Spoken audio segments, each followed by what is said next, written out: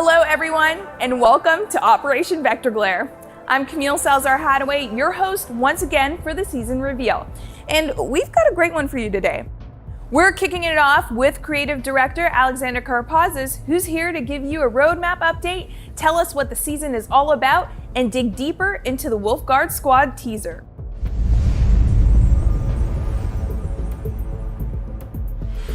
Back at the SI, we mentioned that we'll be revisiting our roadmap for the year every single season. We're immensely proud of everything that we're delivering this season. However, we do have a delay in season 3. We released Emerald Plains, and we're really happy with the reception that that map has received. That means that we want to build on that momentum and be more ambitious for our next map.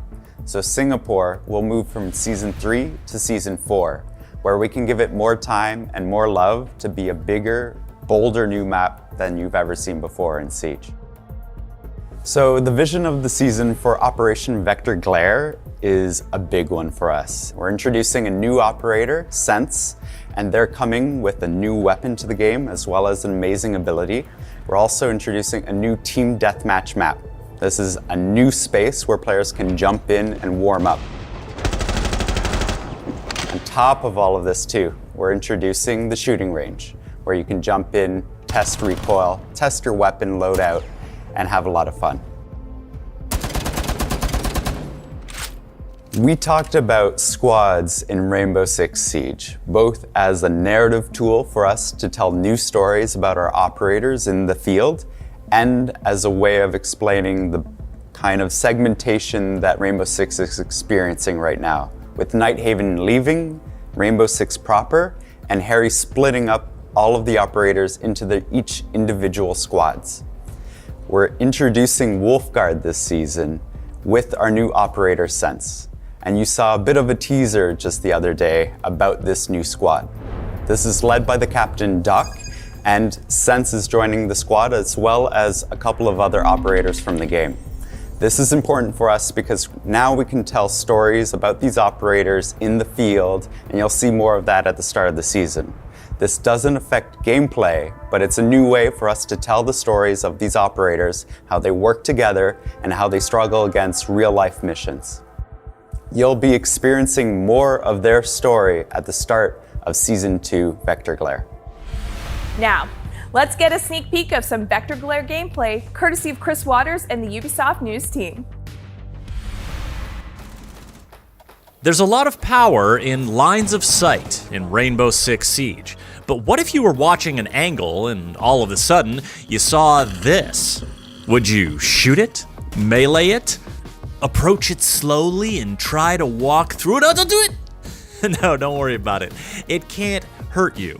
It's a wall made of light, created by the ROU projector system, and you have SENS to thank for it. SENS is the new attacker, arriving with Operation Vector Glare. And they're also bringing a new weapon with them, the high-capacity POF-9 assault rifle. Take it for a spin on the new shooting range and see how you like it. Then put it through its paces on the new Team Deathmatch map, Close Quarter. The dev team's got the details on all these things, as well as more to share on giving some operators a third secondary weapon option, implementing the first phase of the reputation system, and your chance to score some free operators. All this and more is coming with Operation Vector Glare. Let's get to it. SENS is set to join the attackers, and their unique gadget is suited for all kinds of situations. Game designer Mathieu Lacombe is going to tell you more about it, but first, let's discover a bit more about how SENS was developed with concept artist Sunshine Kim and director of gameplay design Jeremy Cavan.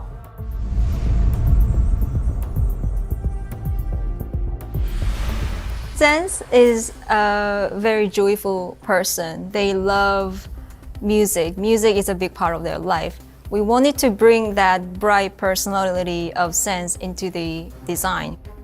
We explored different hairstyles and different facial features to really capture that shining personality of SENS.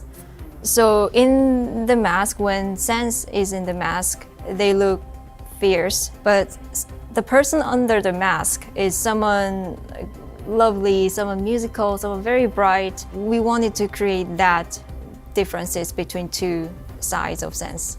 So once we've designed the technology and the fantasy, we had to create all the different elements for this gadget. So SENS device is made of 3 parts. The first part is the rolling device. It's the object that you throw. In the middle, you have a wheel for movement with a tire for grip, and in the center, you have a gyroscope to maintain its balance. This throwable is fully mechanical, and on the bottom of it, you have 2 openings that are always facing down.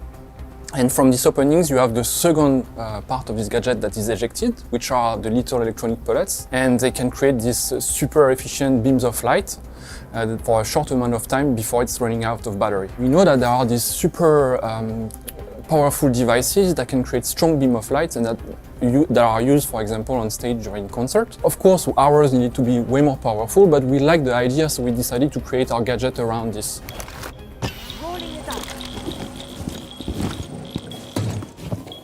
So SENS is a 3L'd 1-speed attacker that is coming up with vector glare. SENS gadget is the ROU projector, which stands for the Rolling Obstructive Utility.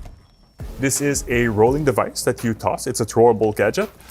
It rolls around. It will bounce off in a pool-like fashion. So it enters a corner and leaves the corner in the opposite angle. This will allow the players to have some really creative use of the gadget. And as it travels along, it will leave some projectors along the path.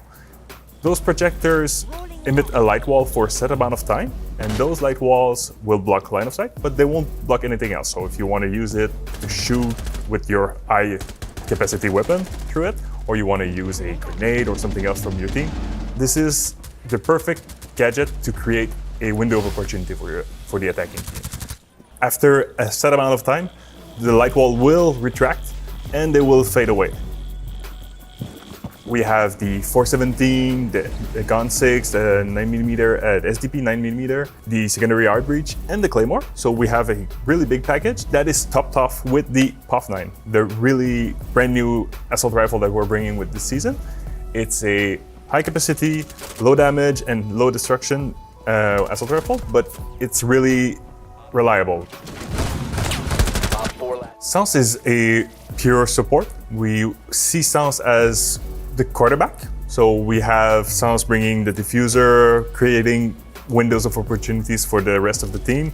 You can hunt roamers, you can secure a plant. There's really a lot of things that you can do with the ROU projector. You take the POF9, you take the secondary art breach, so you're bringing a lot of utilities for your team.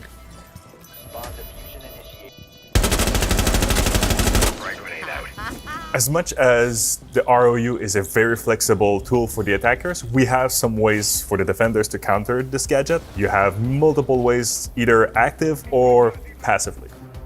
Jaeger will interact only with the wheel part of the ROU. So if you have your wheel rolling in, leaving 3 projectors, and it gets into the range of a Jaeger, it will get zapped, but it will leave the 3 projectors that are already there. Wamai can also counter the ROU. The magnet will catch the wheel. It will stop the wheel from doing its thing. It will then release it with a new direction, and a lot of chaos will happen from there. The interaction between Aruni and SENS gadget is really both ways. We have the small gap at the bottom of the Aruni gate that you can slip the SENS right underneath it. But if SENS tosses it in the middle of it, well, it will get destroyed. When we talk about some passive counters to SENS, we have mute. The jammers are there, they're doing their stuff. It will not stop the wheel, but it will stop any projectors from creating their lights.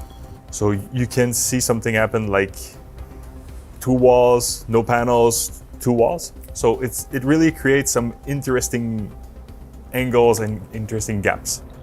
We have Warden that can use the glass and see through the light walls. So this creates a reverse situation where SENS is in danger while Warden is really like on the hunt.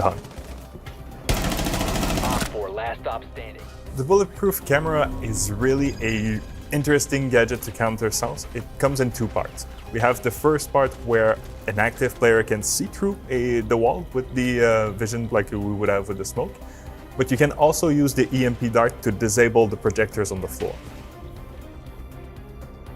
So one way to create a hole in the wall and have an opportunity is to use explosive devices.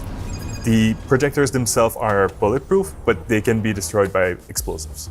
So it's really an organic way to create an opening in the wall. Similar to the bulletproof camera, the evil eyes will be able to see through the light wall. Can use the laser to destroy anything that could be on the other side. So it's really a passive and inactive counter to sounds.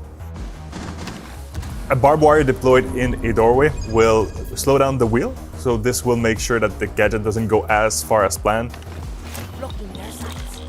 Sounds is a very versatile operator, so you have all of those possibilities, those opportunities to use your gadget and create some windows of opportunities, create some awesome play. It's really an operator that is made for you, so I can't wait to see the creative plays that you come up with. Come here! I dare you! Diffuser is online and active.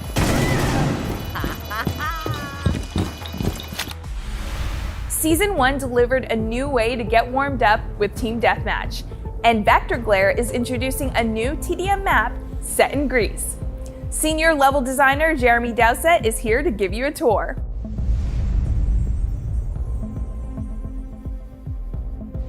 It's a brand new map that's designed just for TDM and not for Plant Bomb. So you're going to have a different feel, looser angles for sure, a much faster, chaotic gameplay, and you're definitely not going to have the defensive setups. It's designed so you're not going to be safe. You know, there's a few little places you can go hide, but you're going to get found out very quickly and people are going to hunt you down. So it's fast, it's chaotic, it's definitely a different feel from any of the other TDM maps or anything that we've actually put TDM out in so far. In the world of Rainbow, this is a training facility, and so the whole thing is designed to be modular, and you'll see that in the art style there's lots of little hooks for cranes to pick up sections of the map and walls. In the fantasy it can be changed into anything else very, very quickly. There's a lot of time and effort and thought that actually went into the color coding. The stairs have solid color. So you've got 4 sets of stairs that are fully color coded, and every room has a very simple thematic within it. So it's very clean, it's very simple. You know, you can tell a kitchen's a kitchen. It'll have kitchen on the wall, armory will have, you know, most of the major rooms will actually have words on them. So when you go through and you're spawning and you're running around, you can orientate yourself very quickly to know which way you're going. And with the main path, or the main paths, the circular path and the path up the center, it's always easy to get from the ground floor to the top floor, so it's super easy to navigate. You're always very close to a set of steps. There's a lot of destruction. There's see-through floors. You can actually see from the first floor through. You know, breakable floors. Everyone's got impact grenades. And as the walls break, then you have more angles and more lines of sight. And it was hard to kind of break my usual workflow to actually go, actually no, this line of sight is fine. Rather than trying to constrain it like we do in a competitive map, just being a little bit more free with the angles is actually quite rewarding and quite different. It's a lot of fun. It's chaos, but it's a lot of fun. The rounds are definitely going to be much faster because it's much cleaner, but when it comes to warming up your mechanical skills and your aim for going in and playing ranked, this is probably the best map for doing that. It's so fast-paced, it's chaotic. 2-3 rounds of this map, you're going to be warmed up and ready for rank, that's for sure. During the Year 7 reveal panel in February, Emmanuel Larive from the Player Behavior Cell laid out some important measures in our fight against toxicity. He's here to discuss what we're doing now and what's next.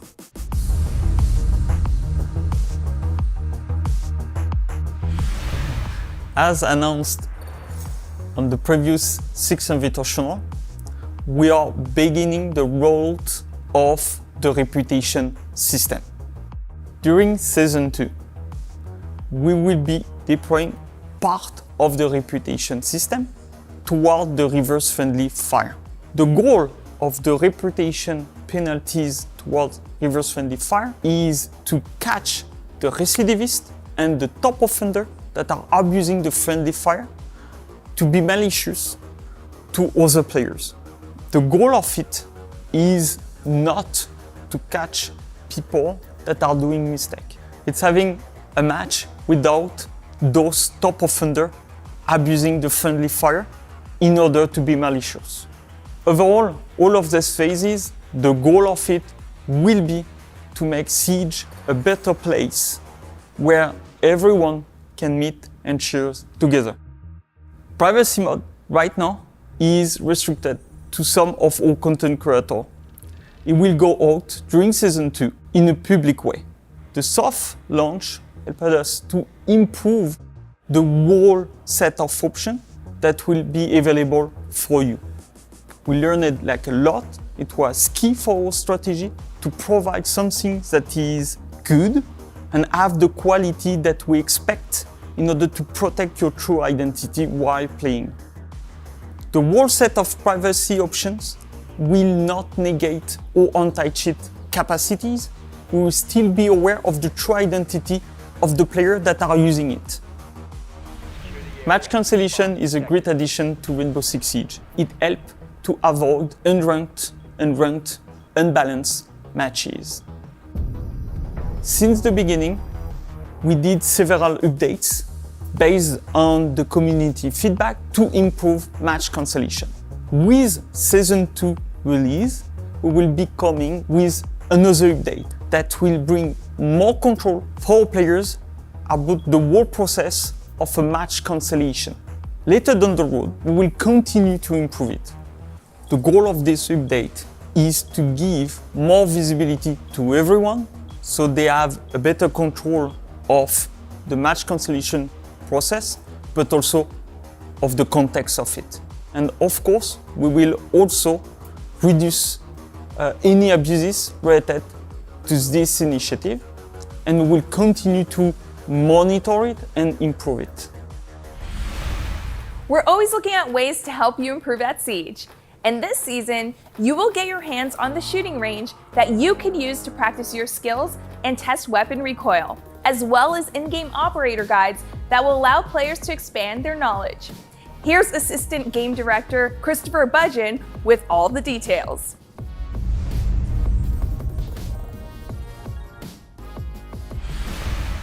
During the Year 7 reveal, we talked about how onboarding is an important part of Rainbow Six and our future and where we want to go. And we're really excited to show you what's next coming this season and Season 2. The shooting range is a great tool to learn the specifics and characteristics of each weapon, the different attachments, and the different situations that they perform best in. But also, it's a great tool for testing our patch notes. When you read something within our patch notes, you can jump into the shooting range and learn the changes that have been taking place within those weapons. So if we had made any changes to the damage dealt by that weapon or the recoil spray patterns, now you'll have a place to have a static test that you'll be able to perform after each patch or each update. The goal of the shooting range is ultimately to give players a tool where they can learn about the weapons found within Rainbow Six Siege. Every operator is available within the shooting range, whether you own them or not. It's a great way of testing out the different weapons and loadouts of each operator, find the best loadout for you, and ultimately save the loadout so that you can perform at your best. So the shooting range is actually built to have multiple more lanes than you'll find in Season 2. So we have big plans for the shooting range. Also, we want to optimize the shooting range. So over time, we might change or add the ways that the different lanes work based on the feedback. We're really looking to hear how you feel about the shooting range. What do you want to see added? Please let us know. Operator Guide is a new feature which you'll be able to access from the Operator album or within a match, which allows you to get important information about how to use the operator of your choice. For example, you can learn about the primary gadget of the operator and be shown little clips which illustrate exactly how to use their gadget. Additionally, you can learn about the different secondary gadgets that operator can equip, as well as whether it's attack or defend, the different actions which are available to you, such as reinforcements or putting up barricades, or if you're an attacker, repelling and droning. These are really key elements that all players should be able to know, and now they'll have that information right at their fingertips. It's hard to sometimes understand everything an operator can do by just a simple line of text. Now we've changed that completely. You get visual examples about how to use that gadget and how ultimately you can contribute to your team. The operator guide is ultimately geared towards new players, but it's a great asset to returning players as well. We see a lot of value for keeping this up to date and making sure that it has the most latest information, whether it's changes that are coming in patches or new operators that are added to the game. But in Season 2, you're going to see very clearly the basics of each operator and how to use their gadgets. 2 gameplay updates coming in Vector Glare are aimed at giving players more flexibility. One has to do with secondary weapons, the other concerns visual effects. Back to talk us through these changes is game designer Matthew Lacombe.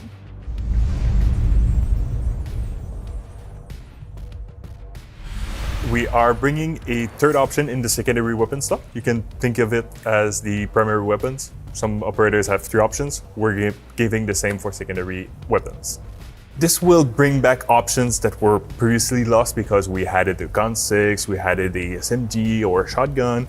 So this is bringing back options for the players. We have a lot of them. We have Kali, we have Clash, Amaru, Finka, Lion. Like all of those are getting back the weapons that they lost previously. This allows us to create more diverse loadout when we want to make sure that you have a pistol, a secondary SMG, a secondary shotgun. We don't do compromise because we only have 2 slots. We have 3 slots and we can make the best loadout that we can deliver for you. Back in year 6, season 3, we reduced the overall screen shake that was produced by explosives or gadgets around you to give more comfort to the players. Like we heard you saying that it was a bit too much. This season, we're bringing 3 options for the players. We have what we have currently in life. So if you enjoy the way Siege is, we are not touching this for you. We have the second option, which is having the screen shake, but just toned down a bit. And the third option is to completely remove this. This will allow our players that are affected by motion sickness to really enjoy the game a lot more than they could before. In Siege Esports, tactical timeout is an important part of the competitive setting. In Operation Vector Glare, we're enriching this esports-inspired option for custom games so you can properly set the stage. Esports director Wei Yu has more on these and another big update for the competitive scene.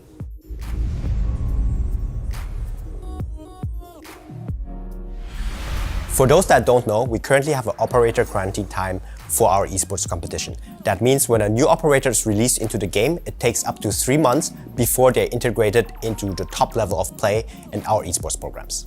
So the removal of the operator quarantine time is a huge change for our esports competition.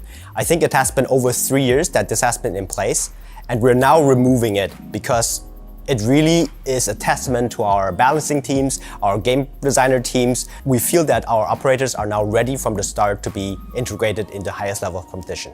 For the professional players, it means they have to adapt faster to the new meta. The new operators are being released into the competition as soon as they are on the live servers, which gives our pro players less time to adapt, but it also means at the same time that the teams that are quicker to adapt have a competitive advantage. On the other side, we have, of course, our players and viewers. For them, it means that as soon as the operators are being released, they are played at the highest level, and you can see the full potential of said operators being played in our leagues across the world. So the tactical timeout feature is designed for custom games, first of all. It allows players to pause the game for a short amount of time to rediscuss tactics and to realign their approach. It also helps them to potentially take out the wind from the sails of their opponents. In the new scenario or in the new feature, players can directly do this from the menu of the game, but it can also be triggered by the observer or the coach. So the tactical timeout feature is a quality of life change for our esports players, as they will be able to trigger this timeout the same way, no matter if they're playing online or offline. It also means it's easier for the viewers to follow, as it's a unified approach for both LAN and online tournaments. Playing with friends is a lot of fun, and there has never been a better time to bring them to Siege than now. Christopher Budgeon is back to let you know about a new program that rewards both you and your friends.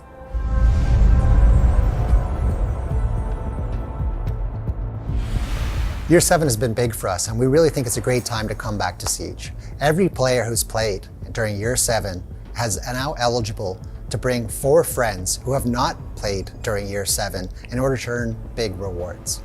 for every friend that you bring back and play 5 matches with, you'll be getting a new Year 6 operator and a pack that you'll be able to open, as well as some fallback rewards if you already have those operators. Additionally, there's new 3D animated skins that will be delivered to the players as well.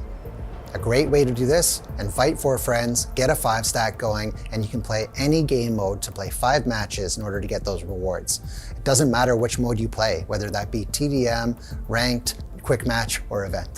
For each one of those friends, play 5 matches to unlock the rewards. Both the person who's been invited will earn a reward, as well as the referring player. For players who are coming back to Siege, having not played in Year 7, they get to be given a Year 4 or Year 5 operator into their roster. And of course, there's backup rewards if you have all of those operators. Additionally, after coming back and played the 5 matches with the player who brought you back, you'll now be eligible to invite 4 other friends and earn the referring rewards as well. Before we wrap things up, as usual, you can experience Operation Vector Glare on our season test servers starting on May 24th. But wait, there's more. If you like playing as Echo, Obana, or if you're a fan of the Yakuza games, here's an exclusive bundle for you. Enjoy.